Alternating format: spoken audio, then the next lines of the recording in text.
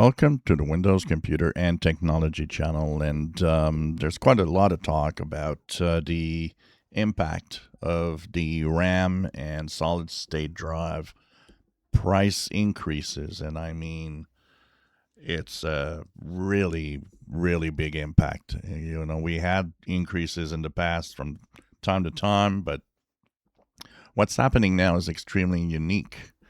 And PC manufacturers are definitely having a hard time with this because RAM has skyrocketed. SSDs are also going to skyrocket this year.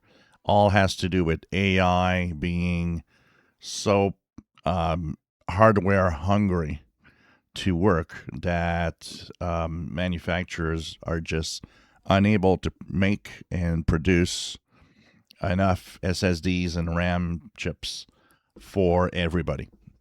And of course, companies can pay for that, and they pay for it. But where it hurts is where you start getting into the consumer level, where consumers are not, that part of the PC buying that is necessarily capable of handling such steep increases. A lot of people have been comparing the RAM and SSD prices from just 6 months ago and just can't believe what's happening. And of course, the impact is multiple. There's a lot of things that, the companies come out with new hardware. We just had Samsung come out with its new flagship phones, the Samsung Galaxy S26.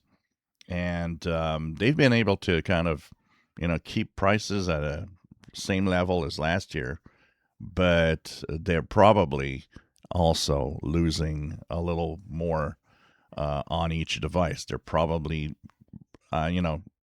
taking some of that price hike and just absorbing it rather than increasing the price. But it can't go on like that forever. So there are all sorts of questions coming up.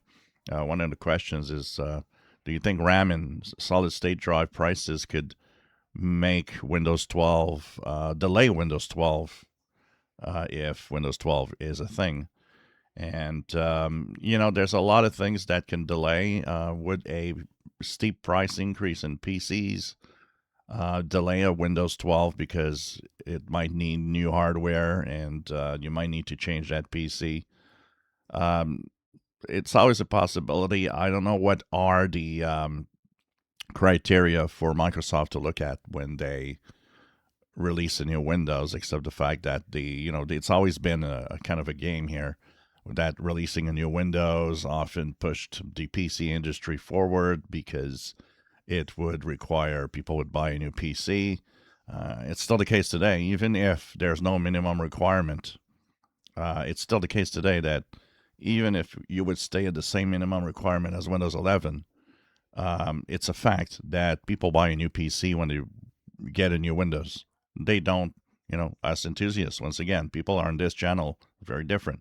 You might install Windows 12 on that PC that has Windows 11, but the majority of people and businesses in general, they just buy a new PC and that's it. And that drives, of course, the sales of computers every time there's a new Windows.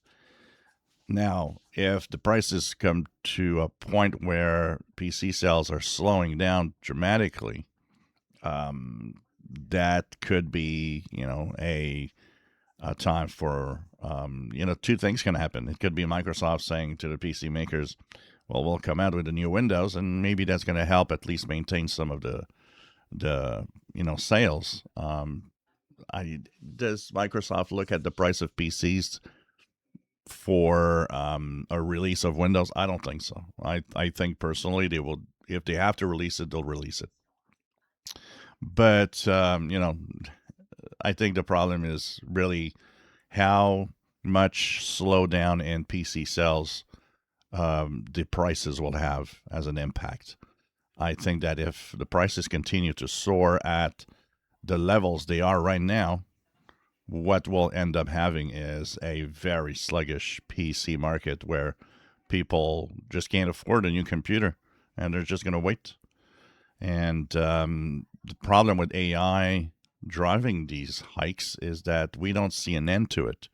AI is power hungry, hardware hungry, and more AI everywhere means this is just going to continue unless manufacturers, build new plants and make more RAM and more SSDs.